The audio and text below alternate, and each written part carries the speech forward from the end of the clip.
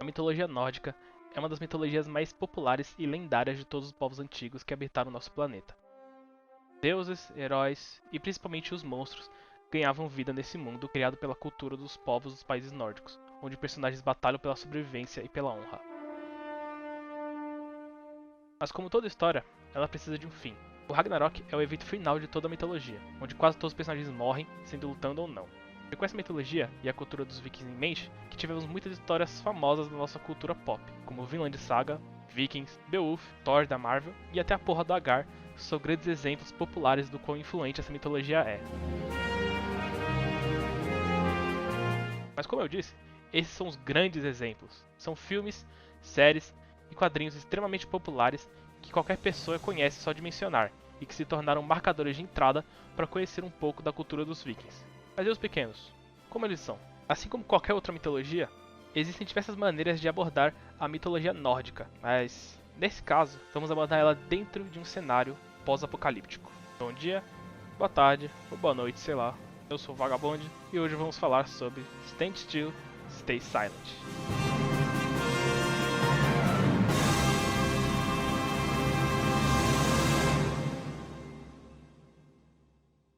Antes de tudo, você sabe o que é uma webcomic?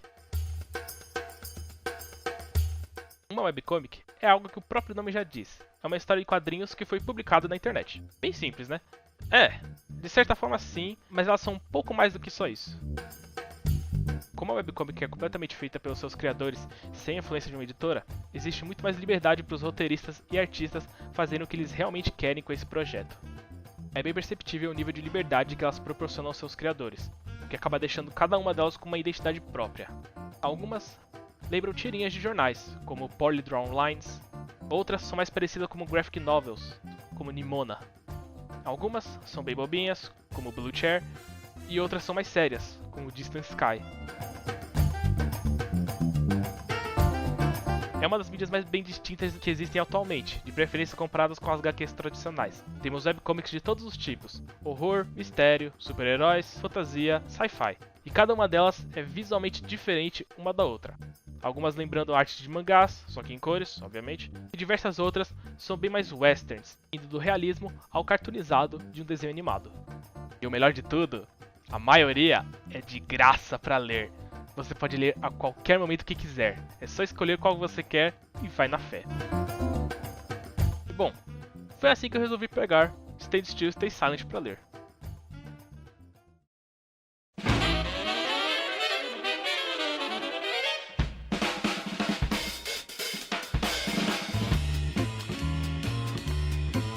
Eu não vou mentir pra vocês.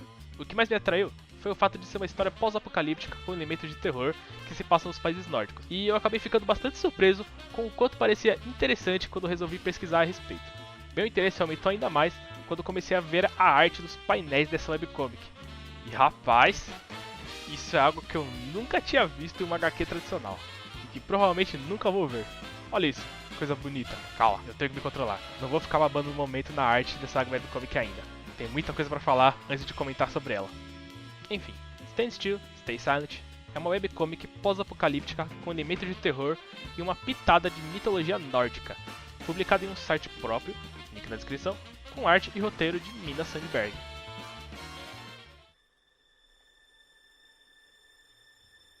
A história se passa nos países nórdicos, obviamente, Finlândia, Islândia, Suécia, Noruega e Dinamarca, após grande parte da população do mundo ter sido erradicada por um vírus que afetou e mutou grande parte dos seres vivos do planeta, com exceção de gatos por alguma razão, transformando esses seres em abominações monstruosas que percorrem o mundo atual.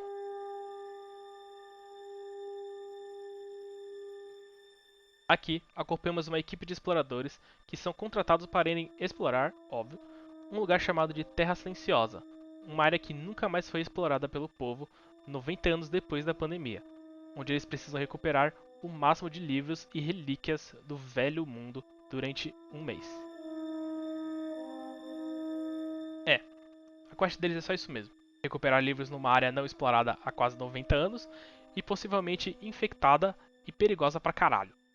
Por mais que isso soe caidaço, é a simplicidade do objetivo que torna a jornada da história ainda mais interessante e importante para os personagens. Não é o que os personagens buscam que importa, e sim como eles aturam um ao outro durante todo esse período, o que eles encontram no caminho, os monstros que eles enfrentam e as relações que eles criam entre si nesse mundo acabado por uma doença mortal. Mesmo sendo categorizada como fantasia, a história é muito centrada no realismo de toda a situação. Vemos como a galera vive atualmente, como a doença se espalhou, quem é afetado pela doença e quem não é, como lidar com aqueles que foram infectados há pouco e muito tempo, e, obviamente, como sobreviver aos monstros criados pelo vírus. O nome da webcomic, diga-se de passagem, vem da regra número 1 de como durar mais um dia no mundo para os que pretendem sair de suas zonas de segurança, que deve ser seguida a risco se você quiser sobreviver. E digamos que só essa regra já mostra como o mundo não é nem um pouco perigoso. A primeira regra para sobreviver fora das áreas de segurança é: se você der de cara com uma besta, um troll ou um gigante, não corra ou grite por ajuda.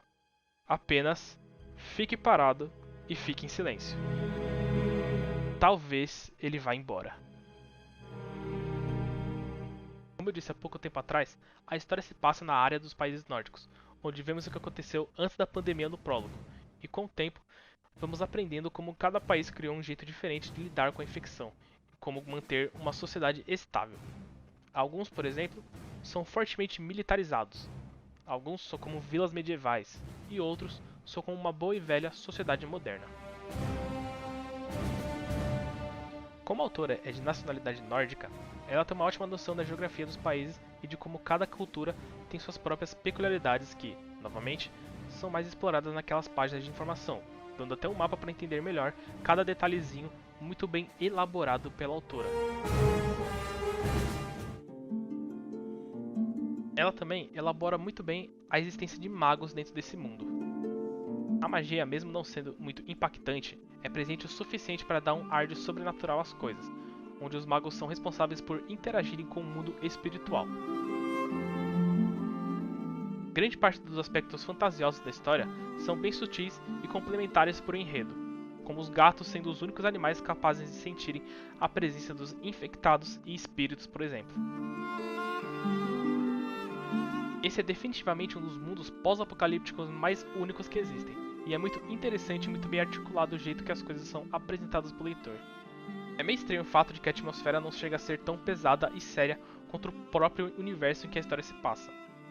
Grande parte dos diálogos entre os personagens é bem descontraído, naquele nível MCU, sabe?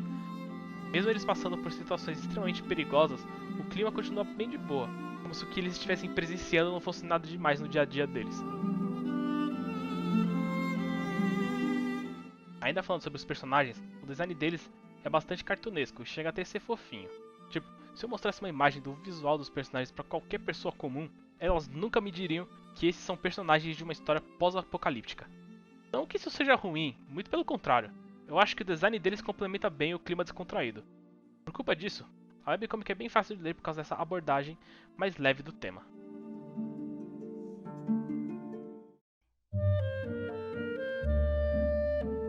Tem uma coisa que eu preciso falar sobre Stand Still, Stay Silent, primeiramente, é que a webcomic não é pra todo mundo.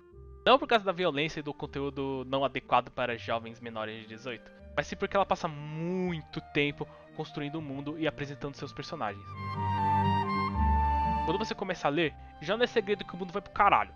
E com isso, ela passa tipo umas 60 páginas de prólogo até a gente chegar na parte pós-apocalíptica da história. E mesmo assim, depois disso, ainda temos mais umas 80 páginas para introduzir os personagens e como o mundo deles mudou desde então. Bicho, é página pra caralho. Só pra construir mundo, velho. Mas assim, eu, pessoalmente, não acho um problema com isso. Quanto mais tempo eu passo com os personagens, mais eu me identifico com eles. Mas para algumas pessoas, a narrativa pode ser bem arrastada e lenta para chegar no ponto que todo mundo que realmente quer ver. O prólogo, diga-se de passagem, pode parecer um pouco meio fora de contexto quando você lê pela primeira vez, mas com o tempo ele vai se encaixando pedaço por pedaço na história, sendo cada vez mais importante. Depois do prólogo, grande parte do começo é gastado com diálogos esquecíveis de personagens secundários da trama, que, vou mandar real aqui, não importam porra nenhuma, tirando o fato de que eles são os caras que bancaram essa exploração toda. A história não fica constantemente pulando de um evento dramático pro outro, que nem uma novela. mas ela prepara uma meticulosa e lenta construção de mundo. E isso fica um porre, às vezes, de tanto texto e diálogo que você tem que ler para entender que porra que tá acontecendo. Eu não estou querendo dizer que eu gostaria de ver mais ação e monstros horripilantes, por mais que isso seja legal. Eu só estou dizendo que para quem pretende ler a webcomic, já se prepara para ver várias e várias letras com algumas imagens aqui e ali. Não chega ao ponto de ser tão desgraçado quanto uma HQ do Bendis, mas continua sendo bem tenso.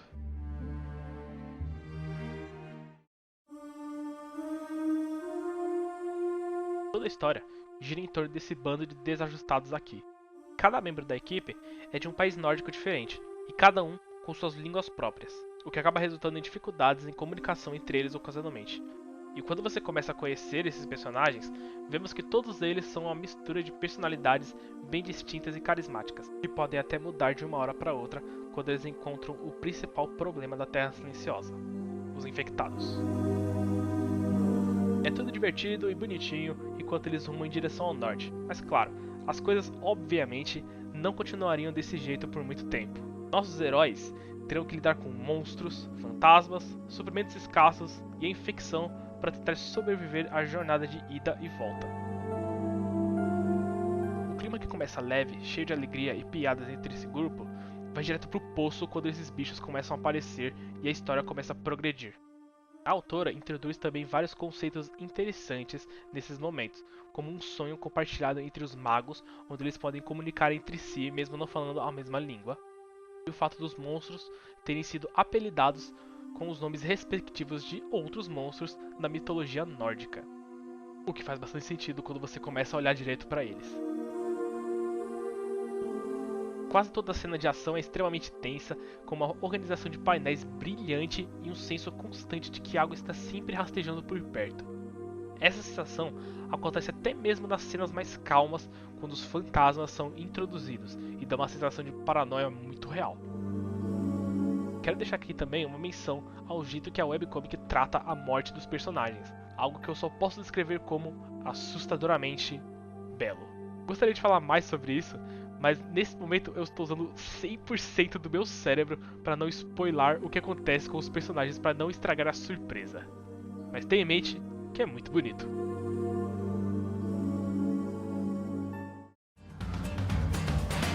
Como eu disse antes, os personagens possuem nacionalidades diferentes e línguas diferentes, que acabam criando uma barreira linguística entre eles e que acaba criando cenários engraçados e bem legais de se ver.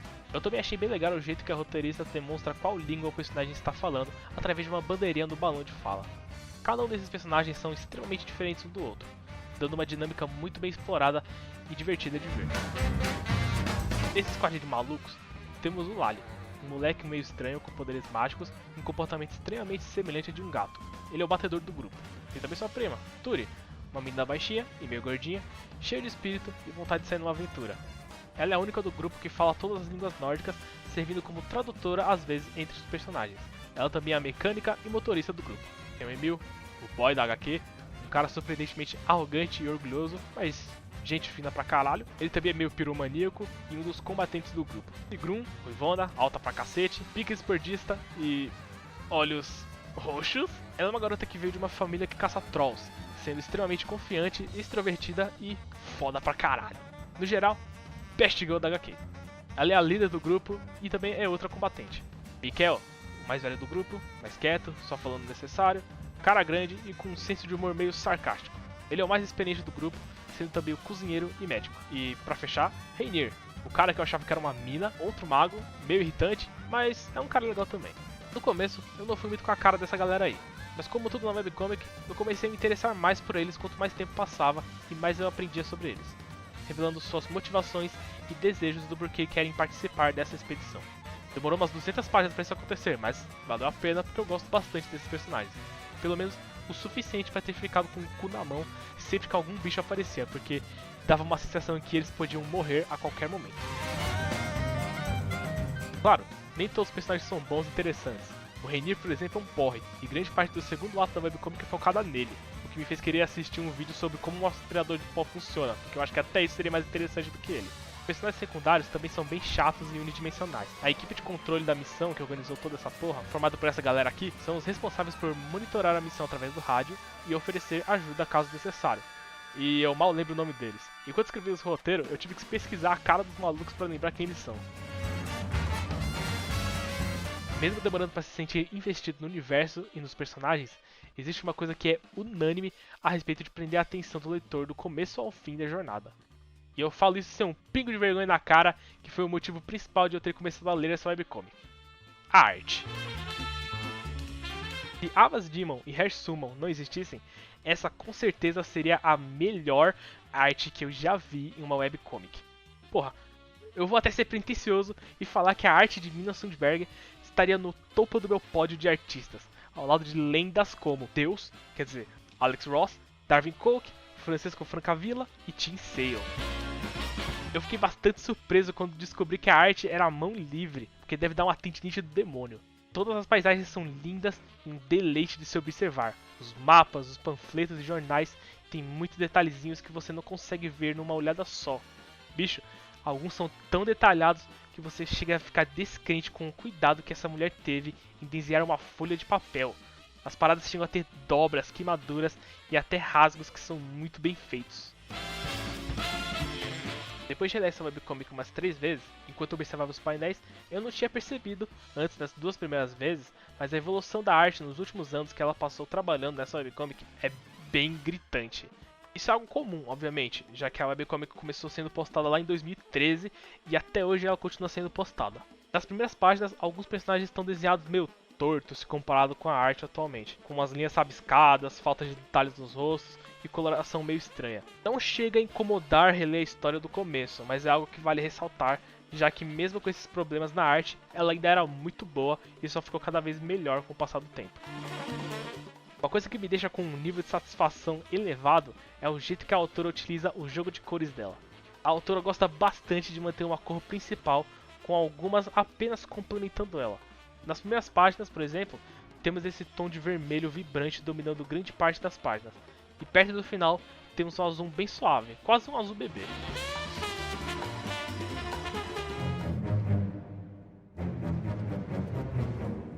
É fantástico o jeito que ela usa cores para criar atmosfera. As cenas em que os personagens têm que vasculhar os prédios sorrateiramente em busca de uns livros para levar é disparado os momentos mais visualmente incríveis da webcomic.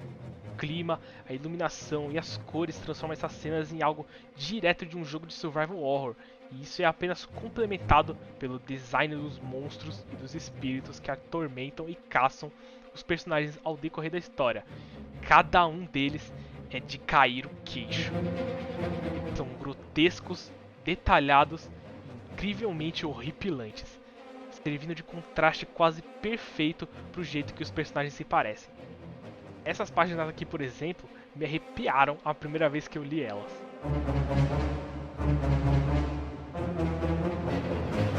Puxando um pouco dos personagens aqui de novo, é bem legal o jeito que ela usa expressões e poses para apresentar a personalidade deles para o leitor de maneira mais visual do que só em texto. Só de olhar essa imagem dá para identificar muito bem qual é a personalidade desse personagem. Já aviso aqui pra galera que pretende ler a webcomic no celular que boa sorte, porque ela é uma desgraça de ler na tela de um smartphone. Dá pra ver claramente que o layout das páginas foram designadas para a possibilidade de ser imprimida, e o website não é um dos melhores, mesmo sendo bonito pra caralho. Então às vezes você vai ter que mover a tela bastante e ficar dando uns zooms nas páginas de vez em quando. Mas pra galera que pretende ler no PC ou em algum outro dispositivo com a tela maior do que a própria mão, o fato de ter as páginas designadas para impressão possibilita um uso bem criativo dos painéis com várias páginas duplas que com certeza ficariam lindas em uma versão física. Que existe, e eu quero, mas com $1 custando um pedaço do meu fígado, fica difícil de adquirir. Em poucas palavras, Stand Still, Stay Silent é uma longa obra-prima no cenário das webcomics. E põe longa nisso. Tem quase 1000 páginas o primeiro volume da história e ainda tem muito mais pra vir. Eu sei que histórias desse tipo são infamemente conhecidas por serem extremamente longas e eu pessoalmente acho que deveriam ter cortado coisas pela saúde da minha sanidade mental, sem falar que a história provavelmente se beneficiaria mais se fosse mais contida e fechada. Mas ainda assim, a trama lenta e longa torna ela mais interessante. Toda a construção de mundo é bem sólida e eficiente. Os personagens são bons e a arte é fenomenal. Claro que eu prefiro histórias mais rápidas, com subtramas e coisas mais inesperadas acontecendo paralelamente à história principal. Eu altamente recomendo que, se você sabe ler inglês, dê uma chance para essa webcomic que você não vai se arrepender. Minha nota final para ela é um sólido 9,5. Eu queria também pedir desculpas agora pela demora para sair conteúdo novo, porque eu tive problemas técnicos nas últimas semanas. Mas muitos outros vídeos semelhantes a esses vão chegar ao canal. Provavelmente eu vou lançar algo mais semanal sobre quais HQs estão passando pela semana, Liga da Justiça, Homem-Aranha, essas coisas da Marvel, DC. Talvez eu vou trazer alguma coisa de Image ou Dynamite. Mas por enquanto vai ficar nisso. E eu pretendo no futuro trazer mais webcomics, porque eu ando lendo bastante elas nos últimos meses. Mas é isso, obrigado pela sua atenção. Se puder, compartilhe esse vídeo, dê um like, se inscreva. E é isso aí. Até a próxima.